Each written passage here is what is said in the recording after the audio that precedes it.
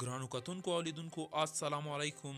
زما د یوټیوب چینل مینوالو نن مو تاسې ته د افغانستان د کورني کرکټ سټار صابر حنیف په باره کې چې نوی ریکارډ یې په شلاوریزه لوبه کې جوړ کړی ویډیو جوړه کړې ده.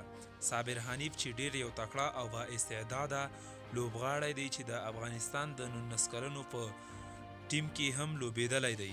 صابر حنیف چې نن یې په ټي 20 کې 191 منډې په 84 بالونو ترسره کړې چې په دې منډو کې د 10 څلوریزې او 21 شپږیزې ترسره کړې دي چې یوه ډیره حیرانوونکې لوبه یې کړې او د مینوالو چې پر فیسبوک کې یې ډیر زیات پوسټونه کړي دی یې ستایلی او د افغانستان د چارواکو او د کرکټ بورډ له ادارې څخه یې غوښتنه کړې چې دی باید مخکې ولوبیږي چې ترڅو د افغانستان لپاره ښې بریاوې لاسته راوړي.